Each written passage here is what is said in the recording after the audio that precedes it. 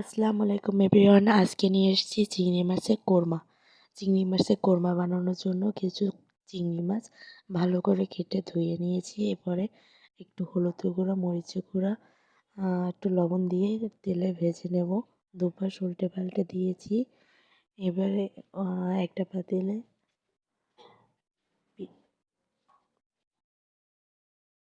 এবং একটু রসুন বাটা দিয়ে দিয়েছি। এবার ভালো করে একটু কষিয়ে নেব যাতে পেঁয়াজগুলো একটু নরম হয়। এরপর একটু হলুদ করে একটু মরিচ গুঁড়ো দিয়ে দিয়েছি। এরপরে একটু ভালো করে নাড়িয়ে চাড়িয়ে নেব।